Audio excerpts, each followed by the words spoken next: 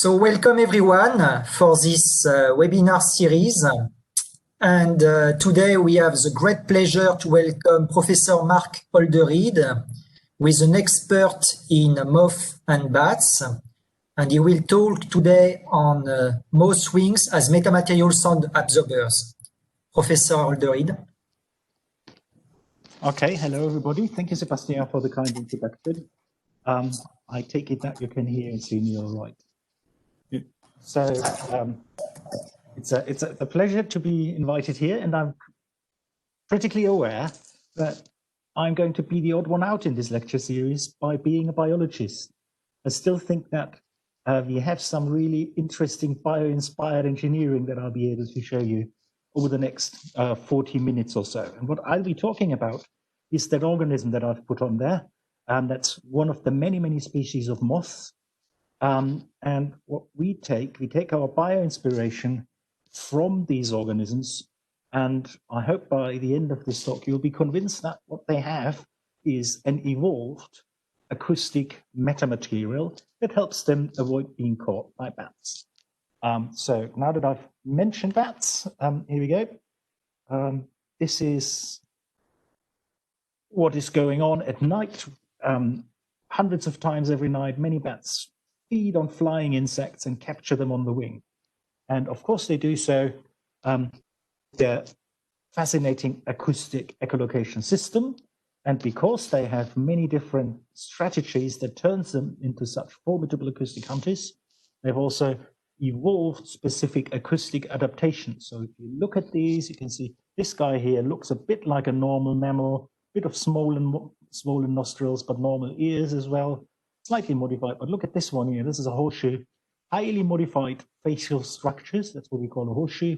And this is to focus and manipulate sound that they emit to do some biological biosonar imaging. And there's other examples on here, like this extremely long lancet. So we can see that a lot of evolution has shaped the acoustics of these bats. And don't worry, this is not going to turn into a biological sciences lecture. We'll get to some more technical stuff in a minute.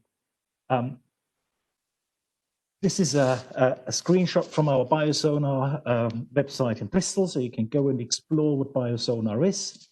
For the sake of this talk, it suffices to say that these bats produce sound and then listen to the echoes, and that these sounds are in the ultrasound frequency range, and they occupy quite a wide range of frequencies, roughly from 20 kilohertz to maybe 150.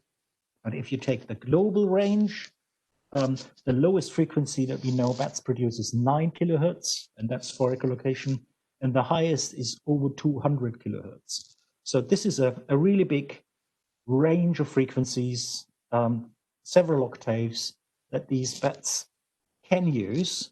So everything that we are talking about over the next half hour, 45 minutes, keep in mind that it has to have a broadband effect, because bats can just switch between these frequencies, can decide to add higher frequencies or lower frequencies during their adaptive signaling.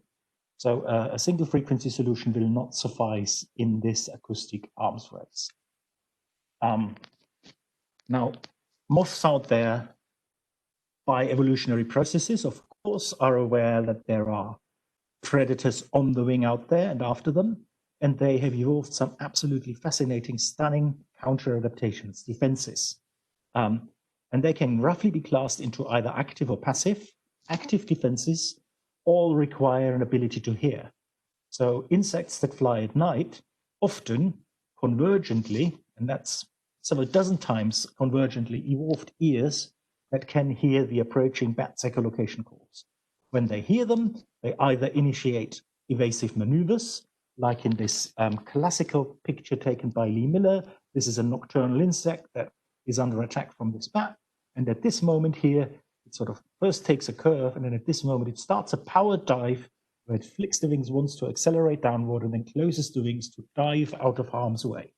That's a typical nosedive response. And by that, it sort of saves its life. And this is a typical active one. Some of them, in addition, or as a replacement, produce sound, and these sounds are often in the ultrasonic range. And we do know that they either work by confusing the bat, but they might also work by warning them of an impalatability, or they might jam the bat's biosonar, so the bat would attack something that is somewhere else. So really like digital warfare, where you've got flares that help you escape a guided missile. So that's the active defenses. I'm not going to talk about active defenses at all. What I find much more interesting are passive defenses. So there's a video here of a tethered moth, and look at the hindwing that has these streamers. And now that the bat has attacked it, you can see that one of the streamers is gone. So this is work from my colleague Jesse Barber. I'm studying the acoustics of this. So you can see the moth that we have in the upper right-hand corner has these long streamers, and the yellow bits at the end are actually decoys, very strong acoustic reflectors that draw the attention, draw the attack of the bat away from the body towards these body parts that they can lose. So it's a very neat decoy-based solution to the attack avoidance.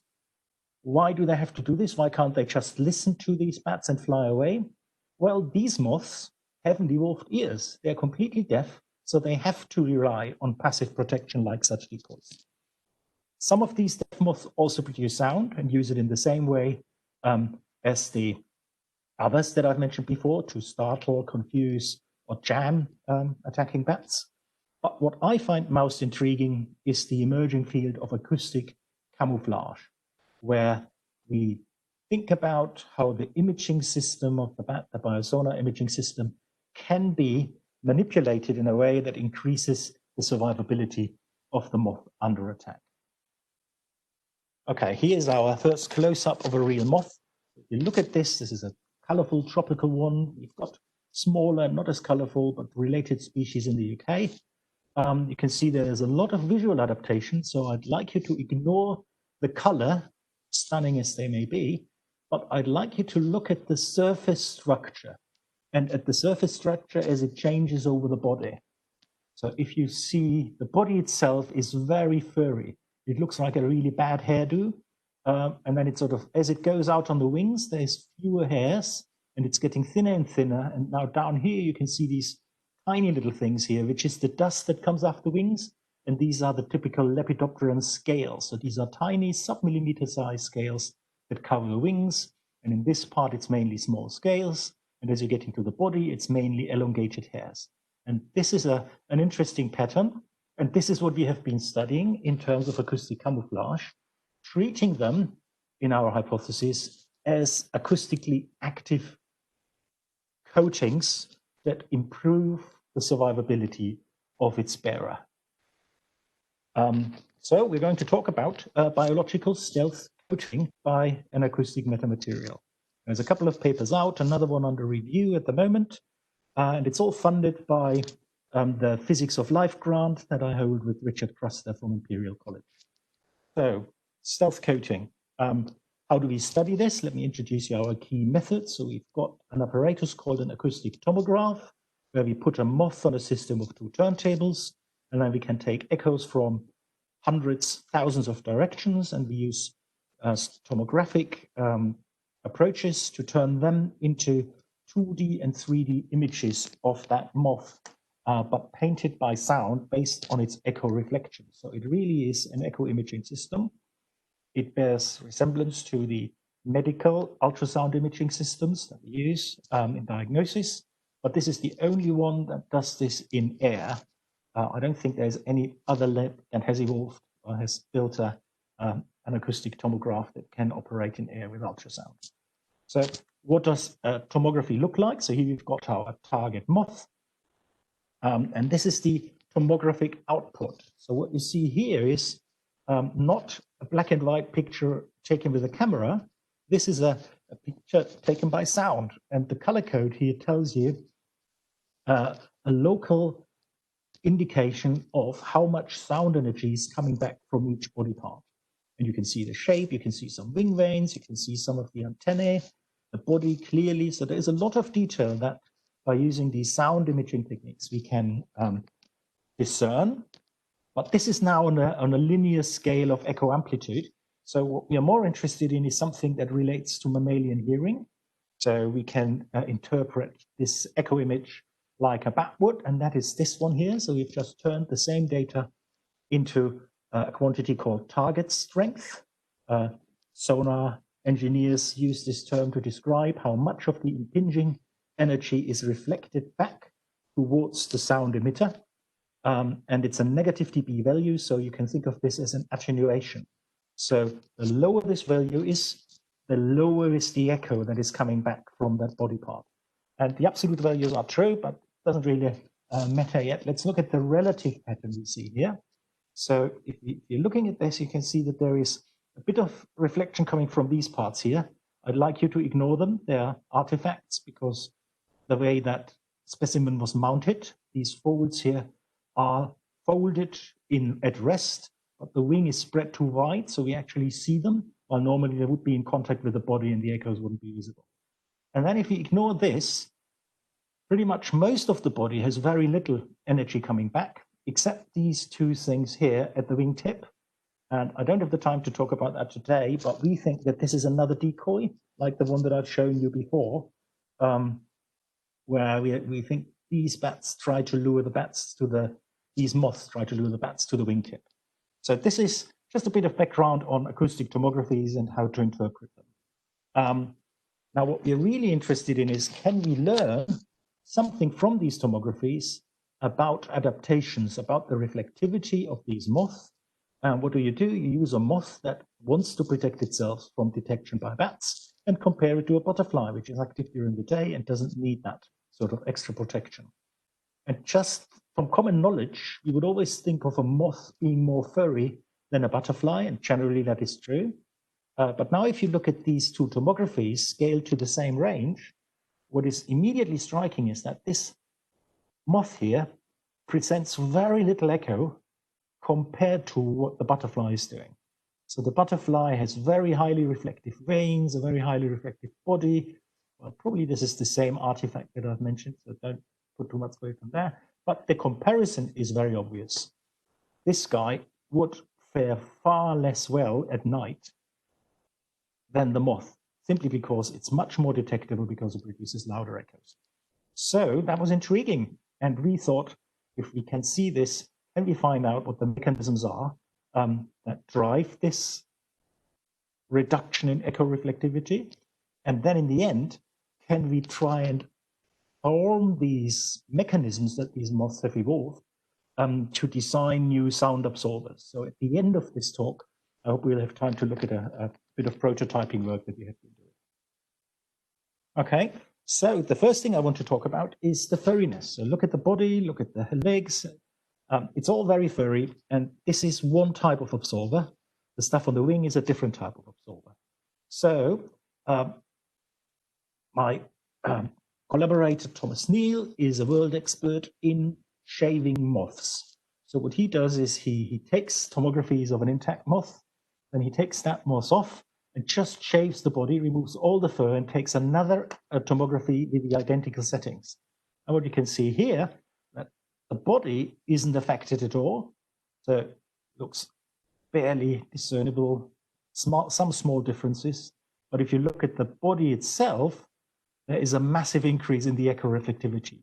And it's circular because we are only imaging from regions that are perpendicular to this sort of ring around the body. If we were imaging from a different direction, the whole thorax, the whole body that we have shaven here would be more reflective. So a clear evidence from the tomography that these fur layers on the moth body are sound absorbers.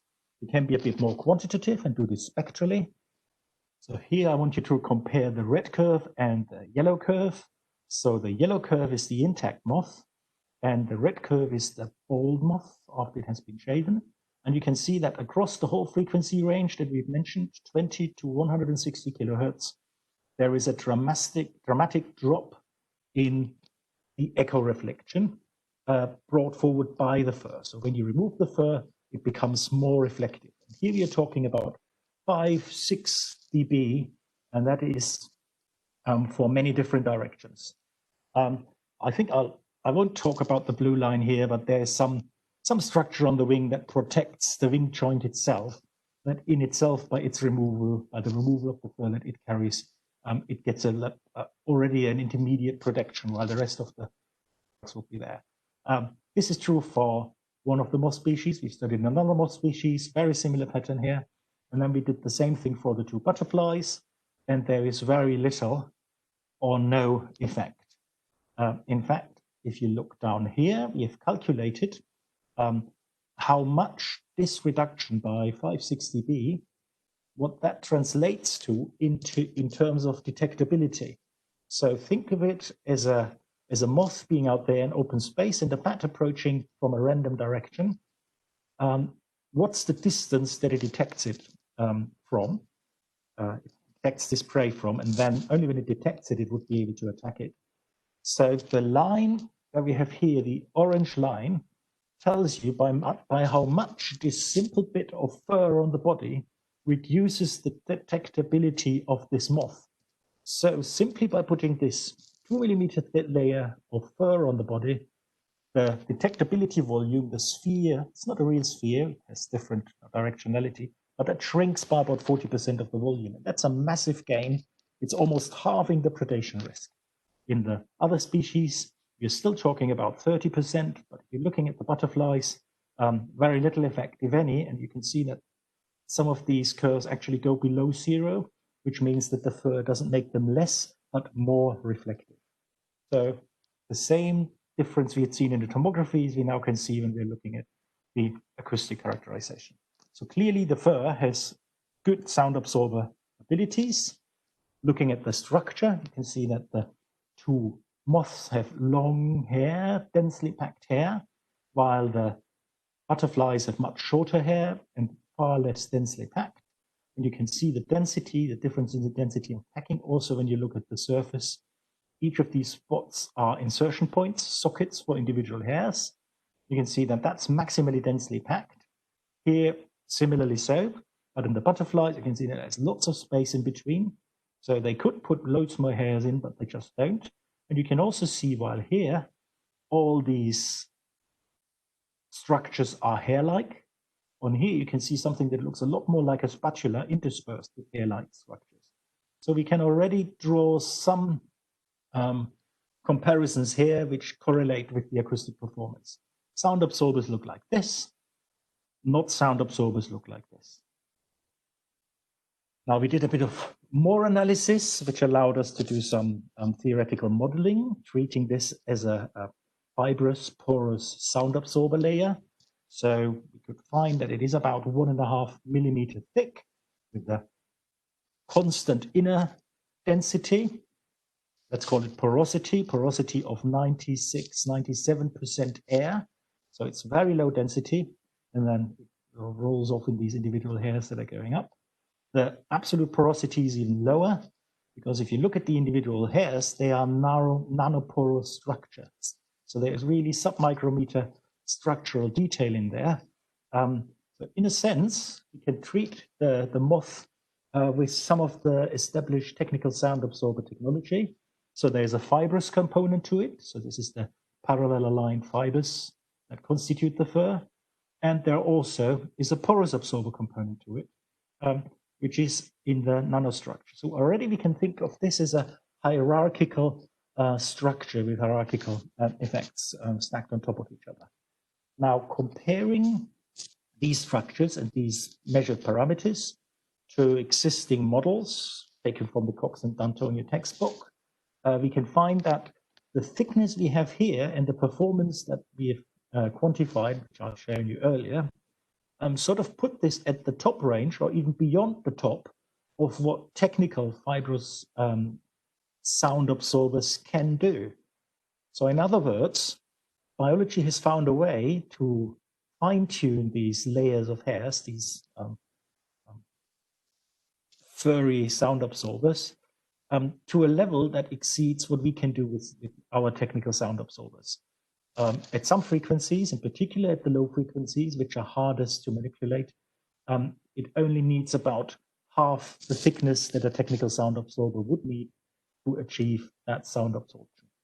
We don't really know what that secrets behind it is, but I think some of it will have to do with this sort of hierarchical porous fibrous structure, but part of it certainly will also be the fine-tuning of the specific furriness in different parts. Okay, so let's go back. So we've talked about the fur. I hope I've convinced you that this is a nice sound absorber, but it's a traditional sound absorber. And it can be a traditional porous sound absorber because on the body, these moths can afford a thick layer. So 2 millimeters of fur on the body is not a big problem. It will be a problem, there will be a cost, but it's not an unsurmountable cost. But now think about using that same sound absorber trick on the rest of the body. And keep in mind, as it goes to being detected by a bat, if you only protect your body, then the bat will detect you running wings based on the wing echo, and you will be sort of breaking your camouflage simply because the weakest link will determine your absorption. So the evolutionary challenge on these bodies is, how can they find something that has the same or equivalent acoustic protection, but does so in a way that allows or follows the aerodynamic constraints which limit the thickness of the layer on the wingtip. And this is when the whole metamaterial idea came into our mind. So we thought the only way you could have much thinner sound absorbers for the same frequency range would be to go from a porous to a resonant absorber system. So let's see what we have here. We've got these scales. I've already shown you a few of them, and they are usually like triangular with individual fingers, and they're all inserted into the wing membrane, which you can see transparently here, in a specific tiling pattern. So here are some SEMs, which show you a bit more detail. On the left, we've got some moths. You can see different types of scales, and you can see long spatulate ones, some hairy ones in the moth. But in the butterflies, you usually see a very regular tiling pattern. But just to show you what this looks like, I've got a bit of a 3D printed moth scale area. So this is enlarged by about a factor of 10,000. You can see there are some individual scales with the hairs, the curvature. So rather beautiful, but sub-millimeter structures that we have there. Okay, so if we think there might be something going on, if we think they want some acoustic absorption, we used our tomograph on wing punches, equal-sized wing punches, that we measured once, and then Tom went at shaving them and measured them again. And when you then look at the difference in the target strength, you get something like this. So this is spectral target strength for some moth wings. On the left hand here, you can see a relative absorption coefficient, which is the ratio of intensity. So 1 would mean it's completely absorptive, 0 would mean no effect. -1 in this case would mean that adding the wings scales would increase the reflectivity rather than reduce the reflectivity. So all the moth wing scales have absorptive properties going up to 70% of the sound energy, which is remarkable. And what is also remarkable is that the lowest frequencies are the frequencies where it performs best. So in a normal technical sound absorber, these are the frequencies that are hardest to absorb. So the biology clearly has done something right here. Now, this is the two examples of moth, upper and lower wing, hence 4 curves. But if we are looking at butterflies in comparison, you can see that all the blue lines are below the 0 line. So adding the scales to the wing of a butterfly actually makes the echoes louder, while adding the wings on the moth makes it fainter.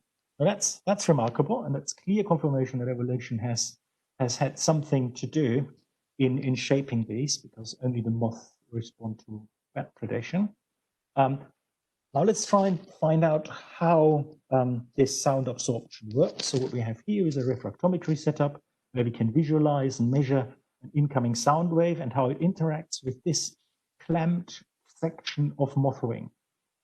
So let me just start this animation. We are sending a sound pulse through air, and it will interact with the clamped moth wing. You can see that there's some interaction there, and you can clearly see that there's some reflection, there's some side scatter diffusion, and there's some transmission. So this is now just for visualization purposes to show that all these things play a role. We have developed different technologies, including refractometry, to quantify this. And when we then relate the acoustic performance back to the structure, but now not just to the surface structure where we could see that the shapes and the tiling is slightly different, but also in respect to the thickness of these, you can see that there's clear differences between the butterflies, which have thinner wings, and the moths, which have much thicker tiling on the wings. So that's another difference in the tiling, which also mirrors the differences on the furry bodies. And now, and this is my favorite figure, so now we are plotting the same data I've shown you before, but now no longer as a function of frequency, but as a function of wing thickness over wavelength. So that's the subwavelength ratio that these sound absorbers achieve.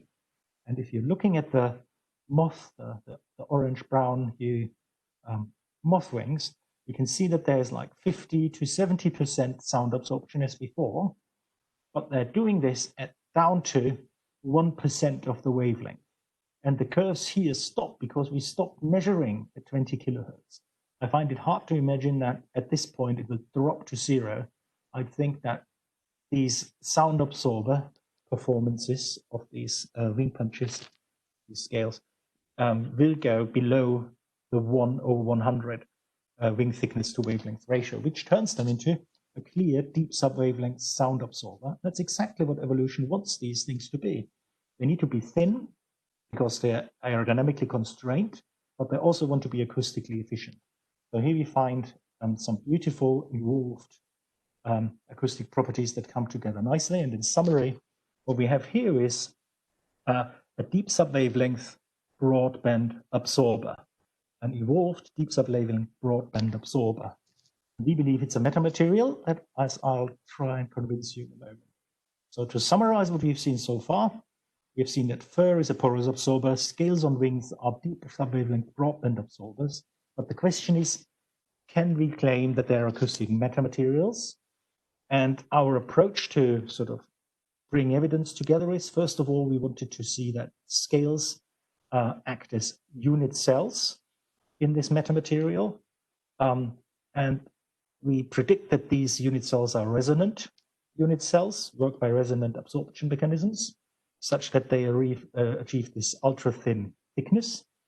And we also predict that if it's a broadband, the broadband absorber performance is achieved by it acting as a tuned array. So let me go through these three predictions one by one. So this is an individual scale. You can see the porous, nanoporous structure. We've seen that. It's about 1/3 of a millimeter high, about 3 micrometer thick. And you can see this double perforated structure where we've got ribs on the top layer, then a bit of an empty space in between with trabeculae sort of pillars that create an empty inner space, and then a lower row of ribs as well. So it's a highly porous lattice of chitin. So that's the material that insects use to build these. And when we take these high resolution images, we can turn them into a model. And this is my collaborator Yu Shen, who has done all that work. So he sort of extracted the key structural parameters and turned it into a unit cell that you can see here, which captures the key features, but doesn't need the same level of complexity that these guys have. And the idea then was that from these structurally highly complex unit cells, we extract material properties, particularly the stiffness matrix, by some material property modeling that we've done in COMSOL. So we are assuming established Young's modulus, Poisson ratio, and density for chitin. So this has been studied, so we know what the values are. There's a range of values, and we took something that is representative for normal type of chitin. And then by applying modeling forces to these 6 different dimensions, you could then populate this stiffness matrix, which of course has anisotropy in it. And what we do is we find, we apply this to a material that then we can more easily model, because we don't have to model the structural detail. We just model a uniform material that has this stiffness matrix at its core. When you do this, you can then use modal analysis. So you take the shape, you've seen this shape before. We are giving you the thickness. So what you do is you clamp it here, fill it with this material property, and look at what it does, where it resonates. So we found 3 relevant resonance modes. The first one is like this, the second one would be this, and the third one would be this. So it's like 3 hand waving motions. And then for this one scale that we have scanned here, we put that in our laser Doppler and insonified it and measured its resonances. And lo and behold, we found 3 resonances. We found the same 3 resonances, so these are the measurements, the same 3 resonance modes, and most excitingly, we found them at pretty much exactly the frequencies predicted by the modal analysis. This is within less than a kilohertz. This is also within less than a kilohertz. Only the middle one, the second resonance mode, has a larger discrepancy, but still, this is a fairly good match. And this is what the resonance spectrum looks like. The first resonance peak, second resonance peak, third resonance peaks. And we measure this in displacement in picometers. So our LDV is very sensitive, but the amplitudes we are seeing are adequate and sufficient for the acoustic wavelengths and the amplitudes that we are insonifying. We were insonifying it. I should mention or should stress that this very close match in the frequency ranges is achieved without any fitting. So all we did is we took the structural parameters, you did, and then calculated the modeling, and it just fell into place so nicely that it convinced us that we might be on the right track here with our modeling approach. We then wanted to see what this type of scale, what this kind of material might be giving us in terms of absorptive properties. And for absorption to be effective, we have to have some damping included. We assumed some Rayleigh damping, and you can get Rayleigh damping coefficients by comparing the shape of a resonance peak. That's the first mode down at 25 kilohertz, no 30 kilohertz. And then we fitted it to a damping prediction model. So you've got the measured and the simulation results, and we fitted that to arrive at alpha and beta for the damping. So it's empirical inspired damping. So that's the first thing we needed to have. And then we needed to have the absorption modeled, not of the scale on its own, but we needed to take the next step and include the scale onto a wing membrane. Wing membrane, which was solid chitin with standard chitin performance, and the wing has an insertion socket for the individual scales, and they have degrees of freedom around this attachment point in which they can rotate. We then could calculate using this unit cell. We can calculate transmission and reflection coefficients, and by difference also the absorption coefficient. And here is the spectral calculation for this model. And you can see that around 30 kilohertz, which is the resonant frequencies of the first node, you get nice absorption up to 50%. Now, this is a simplified model. We can improve and make it more naturalistic to boost the number up to the 70 we have.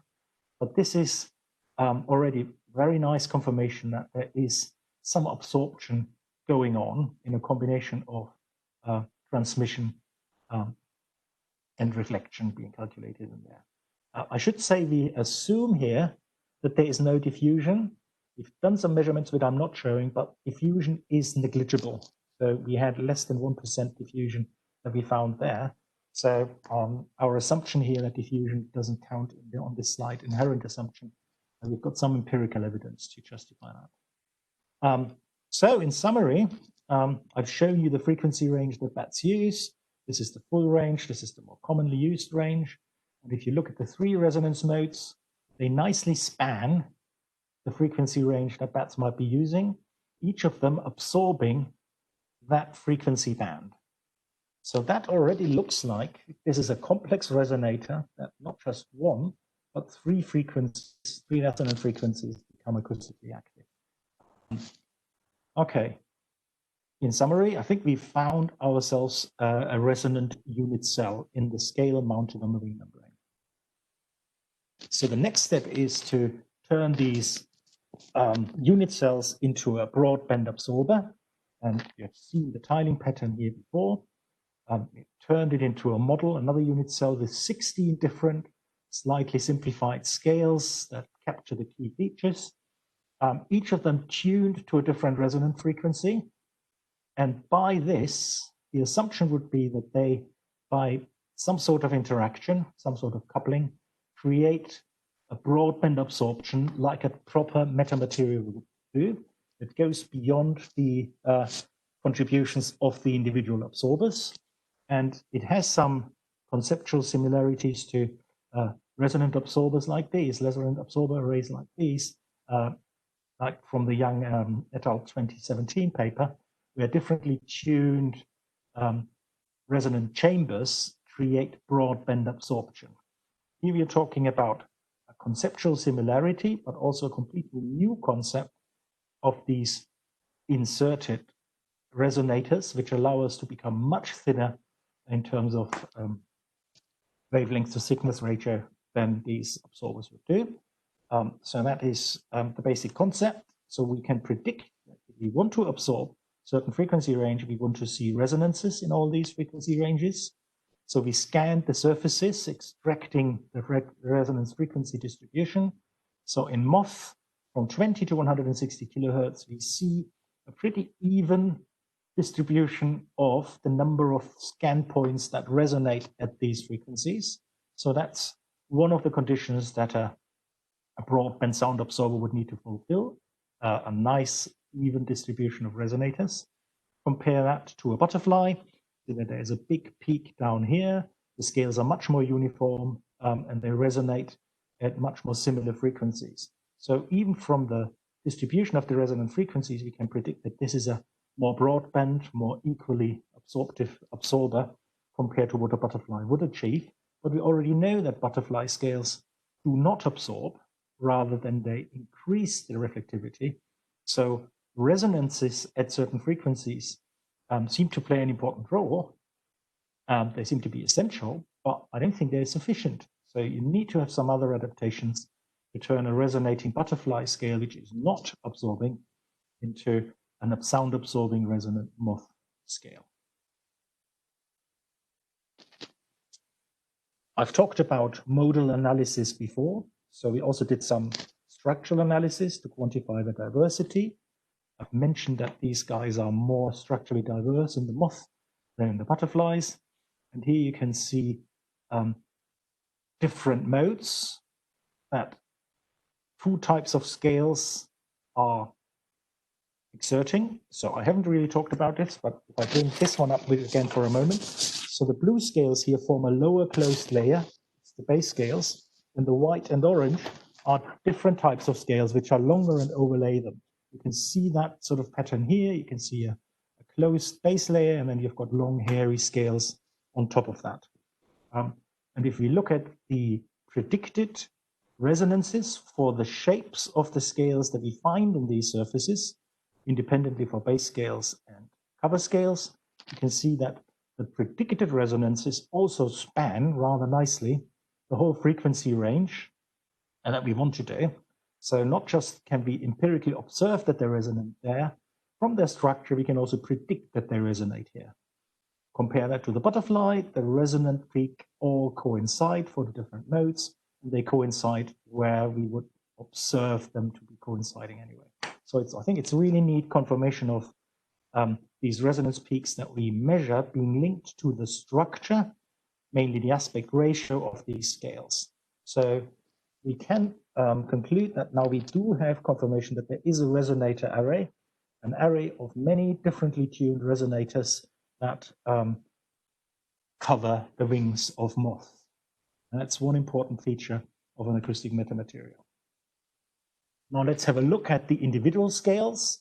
So if we model a section of wing with one individual scale, like this red curve, and then without changing anything else, just change every other scale, so this is a type B scale, the red one, intersperse it with a type A scale. So now 50% of the scales on the wing are blue, 50% are red, and simply by the presence of 50% blue scales, the resonance, the displacement, which we can translate into absorption, displacement of the red curve goes to a different frequency in its peak, but also increases the peak.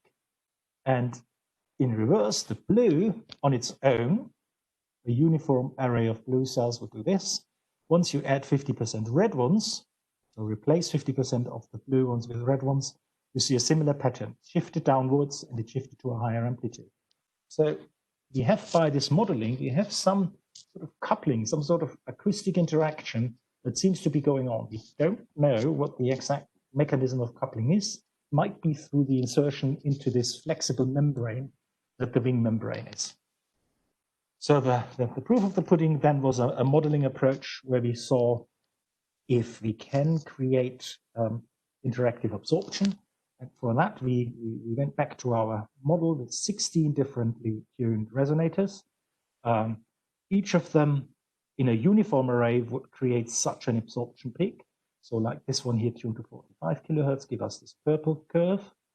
But when we, rather than having only one type, 16 times one cell, have different cells, you can see that this black curve emerges.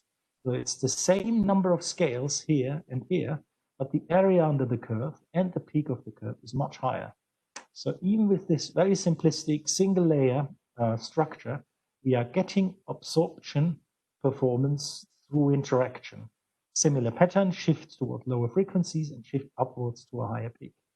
And this means that now theoretically our model has been proven, our proposed metamaterial concept has been proven to achieve absorption, achieve interaction, which is the other important cue for treating this as a metamaterial. Okay, so in summary, I hope I've convinced you that we now have evidence that Lepidoptera and wings of moths act as metamaterials and that they do so by these fantastically evolved scales on their wings. It shouldn't come as a complete surprise because we know that butterfly wings are optical metamaterials. They've long been identified as bearing photonic crystals by nanostructure that they produce inside. But you can see that there are some marked structural differences to what I've shown you earlier, particularly this closed lower layer. So the butterfly wings are far less perforated than moth wings. So the nanoporosity seems to play a role here. So we are proudly presenting the second class of metamaterials we discover in Lepidopterans, and that's the first metamaterial, acoustic metamaterial known in science.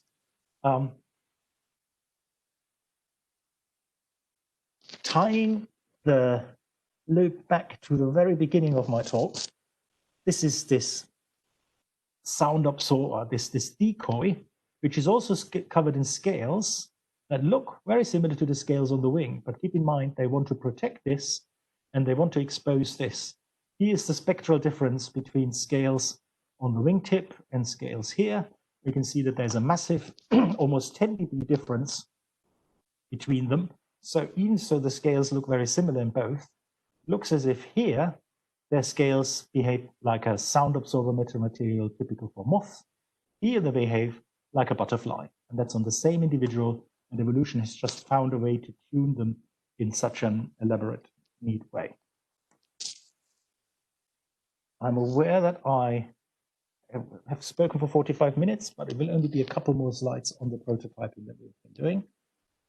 So we've done some lithography where we partially scaled up the scales and used some simplified models. So this is a two-layer structure with a wing membrane and these scales inserted into the wing membrane here at a socket. And then we try to emulate the nanoporosity as well. Here is the separation between two scales. So that is now working really well.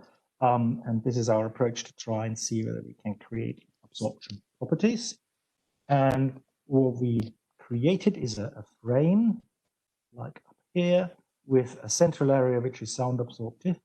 And then we put that in our acoustic tomograph and measured, again, in a cross-section this time, how much sound is coming back. And you can see this is a solid bit of the material we use.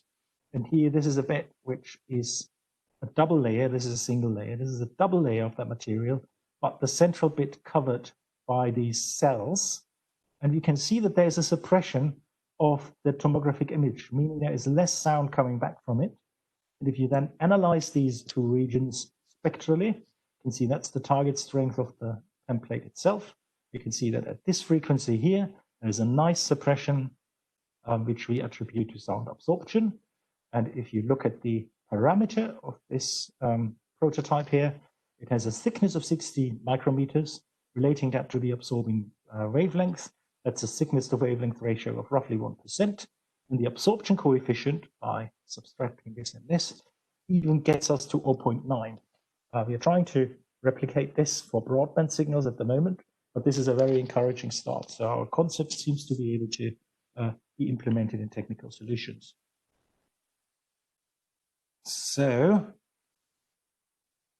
these scales resonate, and they resonate in different modes. There's the first mode, which is a standard mode, the second mode, which has a null here. And by changing the aspect ratio, in this case, not the length, but the width, we can tune these resonances in a predictive manner. You can see that the first resonance changes a little. The second resonance changes much more. But the important bit is that the first resonance is already, with these scales, in the audible frequency range between 2.5 and 4.5 kilohertz. So that's a frequency range that our sound absorbers for homes and offices need to be able to work. So we are inching closer to producing something that will help us one day in creating healthier and less noisy offices and homes with much thinner than currently available solutions footprints. So think slightly thicker wallpaper rather than inch-thick sound absorber panels. And that's the promise of the Moth wing. That's the end of my talk, and I don't know whether there'll be any questions. I'd be happy to have them. Thank you. Thank you very much, Professor Holderied, for this wonderful talk. I would welcome anyone in the audience now to come forward with his or her question.